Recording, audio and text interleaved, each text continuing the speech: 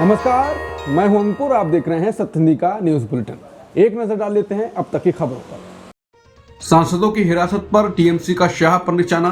बोली एक ऐसा अहंकार है अमित शाह। अभिषेक बोले आपको हराएंगे चाहे आप जितना भी जोर लगा लें। टीएमसी ने अपने सांसदों को पुलिस द्वारा हिरासत में ले जाने पर अमित शाह पर निशाना साधा है। टीएमसी ने कहा ये कैसा अहंकार है अमित शाह, क्या अब आप लोकतंत्र को कुचलने के लिए दिल्ली पुलिस का इस्तेमाल कर रहे हैं। टीएमसी का आरोप है कि पहले ईडी का दुरुपयोग किया गया और अब दिल्ली में पार्टी के 8 सांसदों को शांतिपूर्ण धरने पर बैठे हुए हिरासत में ले लिया। पार्टी ने कहा ये सब सरकार के हताशा और डर को दिखाता है। टीएमसी ने साफ शब्दों में कहा आप लोकतंत्र को दबाने की कोशिश कर सकते हैं लेकिन बंगाल नहीं झुकेगा। अभिषेक बैनर्जी ने कहा कि हम पूरी ताकत से लड़ेंगे, मुकाबला करेंगे और आपको हराएंगे चाहे आप जितना भी जोर लगा लें। बता दें टीएमसी सांसदों ने आज केंद्रीय गृह मंत्री अमित शाह के दिल्ली स्थित कार्यालय के बाहर विरोध प्रदर्शन किया। इसके बाद मौके पर पहुंची पुलिस ने प्रदर्शनकारियों को घसीटकर हटाया और महुआ मोइत्रा और डेरेक ओब्रायन जैसे नेताओं को हिरासत में ले लिया। ईडी रेड के खिलाफ आज ममता बनर्जी कोलकाता की सड़कों पर उतरेंगी। आईपैक और प्रतीक जैन पर ईडी की कार्रवाई को लेकर ममता का आज विरोध प्रदर्शन होगा।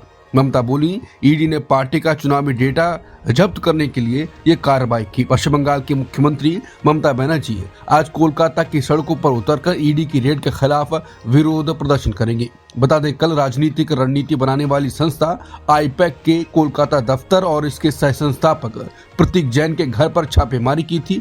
ममता बनर्जी ने रेड को राजनीतिक साजिश बताते हुए आरोप लगाया कि ईडी ने पार्टी का चुनावी डेटा, उम्मीदवारों की सूची और अन्य दस्तावेज जब्त करने के लिए ये कार्रवाई की। टीएमसी सांसद महुआ मोइत्रा और साकेत गोखले भी ममता के समर्थन में सामने आए। साकेत गोखले ने दावा किया कि 11 सालों में ईडी ने 5297 केस दर्ज किए लेकिन सिर्फ 47 मामलों में ट्रायल शुरू हुआ। उन्होंने कहा कि 98% केस विपक्षी नेताओं के खिलाफ दर्ज किए गए।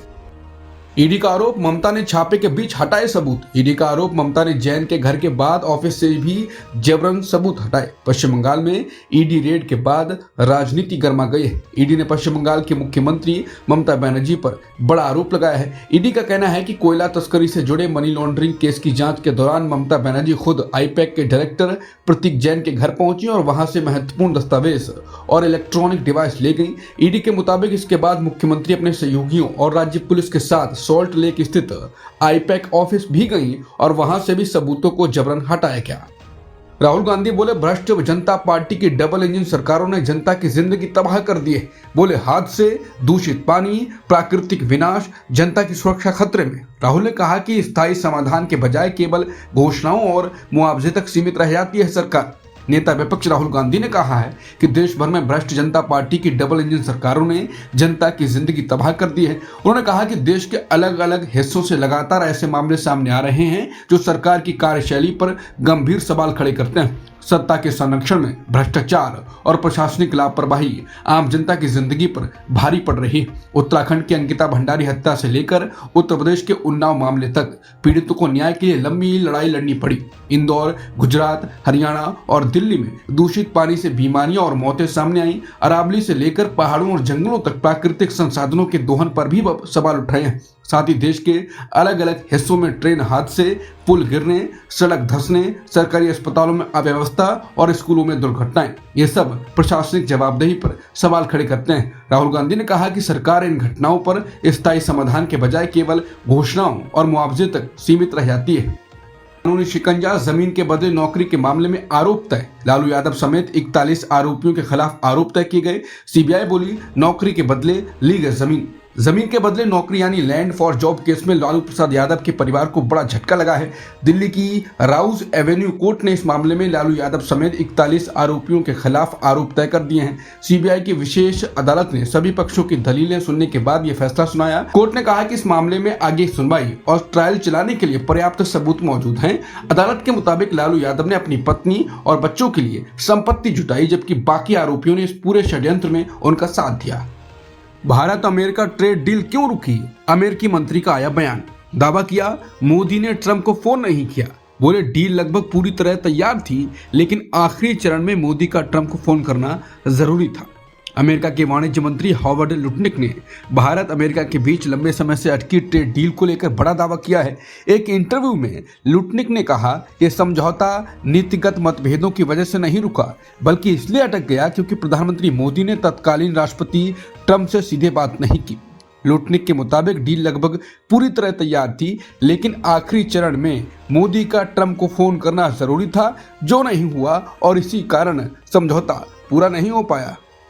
लुटनिक के दावे पर जयराम का सियासी तंज, बोले हग हग ना रहा, पोस्ट पोस्ट ना रहा, क्या से क्या हो गया बेवफा तेरी दोस्ती में। लुटनिक बोले अब मौका निकल चुका है। कांग्रेस नेता जयराम रमेश ने अमेरिका के वाणिज्य मंत्री हॉवर्ड लुटनिक के बयान पर ट्वीट किया है। जयराम रमेश ने कहा कि हग हग ना रहा, पोस्ट पोस्ट ना रहा, क्या से क्या हो गया बेवफा तेरी दोस्ती में। बता दें, वीडियो में लुटनिक बता रहे हैं कि डील हो गई थी, लेकिन मोदी ने ट्रंप को कॉल नहीं किया। लुटनिक के मुताबिक ट्रंप की ओर से साफ संदेश था, अगर डील पूरी करनी है तो मोदी को खुद फोन करना होगा, लेकिन भारत की तरफ से इस पर असहजता दिखाई गई और कॉल नहीं की गई।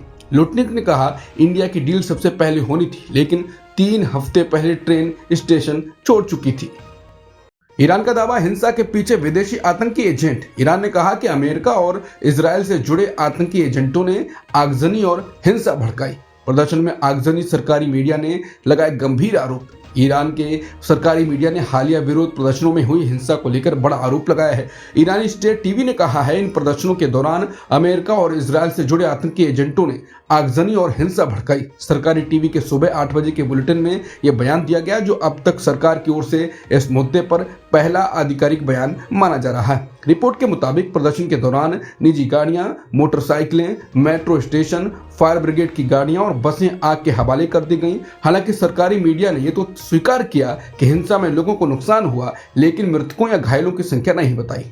ईरान में इंटरनेट और फोन सेवाएं बंद। 12 दिन से जारी प्रदर्शनों के बीच हालात बेहद तनावपूर्ण। आर्थिक संकट से उठे आंदोलन ने ईरान सरकार की मुश्किलें बढ़ा दी। ईरान में गुरुवार रात को देश भर में इंटरनेट और फोन सेवाएं बंद कर दी गई हैं। यह कदम ऐसे वक्त उठाया गया जब राजधानी तेहरान समेत कई शहरों में लाखों लोग सड़कों पर उतर आए। प्रदर्शन की ये लहर देश के निर्वासित क्राउन प्रिंस के आह्वान के बाद और तेज हो गई। ईरान की खराब होती अर्थव्यवस्था को लेकर पिछले 12 दिनों से लगातार आंदोलन चल रहे हैं, जो अब सरकार के खिलाफ गंभीर चुनौती बन चुका है। सरकार की सख्ती के चलते मौतों का आंकड़ा लगातार बढ़ रहा है और देश में हालात बेहद तनावपूर्ण बने हुए हैं। ईरान के प्रदर्शनकारियों के साथ अमेरिका परमाणु मुद्दे पर बातचीत का दबाव बढ़ा। अमेरिकी उपराष्ट्रपति बोले ईरान के लोगों के अधिकारों का समर्थन करते हैं। परमाणु तनाव के बीच अमेरिका ने ईरान से बातचीत की अपील दोहराई। अमेरिका के उपराष्ट्रपति जेडी वेंस ने कहा कि अमेरिका ईरान के लोगों के साथ खड़ा है, जो शांतिपूर्ण तरीके से अपने अधिकारों के लिए प्रदर्शन कर रहे हैं। जब उनसे पूछा गया कि अगर इजराइल ईरान के परमाणु ठिकानों पर हमला करता है तो अमेरिका क्या करेगा, इस पर वेंस ने सीधा जवाब देने से बचते हुए कहा कि ईरान के लिए सबसे समझदारी भरा रास्ता अमेरिका से अपने परमाणु कार्यक्रम पर बातचीत करना है। भारत हटाने पर विचार कर रहा है चीन कंपनियों पर 5 साल पुराने प्रतिबंध। 2020 में भारत चीन सैनिकों के बीच हुई झड़प के बाद लागू किए गए थे प्रतिबंध। सीमा तनाव में कमी के बीच भारत चीन संबंधों को फिर से गति मिलने की उम्मीद। भारत सरकार चीन की कंपनियों को सरकारी ठेके के लिए बोलियां लगाने पर लागू 5 साल पुराने प्रतिबंध को हटाने की योजना बना रही है। ये प्रतिबंध 2020 में भारत चीन सैनिकों के बीच हुई झड़प के बाद लागू किए गए थे, जिसमें चीन की कंपनियों को सरकारी ठेकों के लिए विशेष पंजीकरण और सुरक्षा मंजूरी लेना जरूरी कर दिया गया था। इन नियमों की वजह से चीन की कंपनियां लगभग 700 से 750 अरब डॉलर के सरकारी ठेकों से बाहर हो गई थीं। इन प्रतिबंधों के कारण रेल ठेके जैसे बड़े कामों में देरी और कमी के मामले भी सामने आए थे।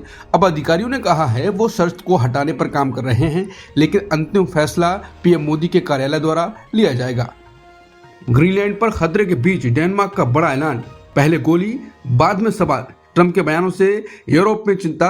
डेनमार्क ने सेना को सख्त निर्देश दिए, कोई विदेशी हमला हो तो सैनिक राजनीतिक आदेश का इंतजार किए बिना तुरंत लड़ाई शुरू करें।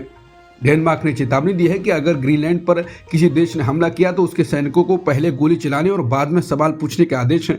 डेनमार्क के रक्षा मंत्रालय ने कहा है यह आदेश शीत युद्ध काल से लागू है और आज भी पूरी तरह प्रभावी है। यह बयान ऐसे समय आया है जब यूरोप में चिंता बढ़ रही है कि अमेरिकी राष्ट्रपति ट्रंप ग्रीनलैंड पर कब्जे के लिए सैन्य कार्रवाई पर खुले तौर पर विचार कर रहे हैं। डेनमार्क सरकार ने साफ किया है कि अगर कोई विदेशी हमला होता है तो सैनिकों को राजनीतिक अनुमति या औपचारिक आदेश का इंतजार किए बिना तुरंत लड़ाई शुरू करनी होगी। भारत में बांग्लादेश ने की वीजा सेवाएं अस्थायी रूप से बंद। बांग्लादेश बोला सुरक्षा कारणों से लिया गया है फैसला। भारत और बांग्लादेश में लगातार बढ़ रहा है तनाव। बांग्लादेश की अंतरिम सरकार ने गुरुवार को घोषणा की कि उसने भारत में अपने प्रमुख दूतावासों और काउंसुलेट्स को वीजा सेवाएं अस्थायी रूप से बंद करने का आदेश दिया। बांग्लादेश के विदेश मामलों के सलाहकार एम तौहीद हुसैन ने बताया कि यह फैसला सुरक्षा कारणों से लिया गया है। नई दिल्ली, कोलकाता और अगरतला में वीजा सेवाएं फिलहाल रोक दी गई हैं। हालांकि व्यापार और कामकाजी वीजा इस रोक से बाहर रखे गए हैं। यूएस ने रूसी तेल टैंकर को किया सीज। चालक दल में 3 भारतीय लोग भी शामिल। रूस ने अमेरिका की कार्रवाई को अंतर्राष्ट्रीय कानून का उल्लंघन बताया। अमेरिका ने उत्तर अटलांटिक में एक रशियन ऑयल टैंकर को अपने नियंत्रण में ले लिया है, जिसमें 3 भारतीय नागरिक भी चालक दल के सदस्य हैं। रूस ने इस कार्रवाई की तीव्र निंदा करते हुए कहा है कि अंतर्राष्ट्रीय समुद्री कानून का उल्लंघन है और इसे न्यू औपनिवेशिक रुझान के रूप में घोषित किया है।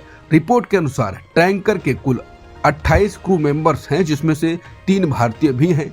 मॉस्को ने न केवल कार्रवाई को कानूनी रूप से गलत बताया है, बल्कि कहा है कि इस तरह की एक तरफा प्रतिबंधात्मक गतिविधियां समुद्र के खुले पानी में जहाजों को जब्त करने का औचित्य नहीं देती। अब तक की खबरों में इतना ही। बाकी खबरों के लिए बने रहिए सत्य हिंदी के साथ।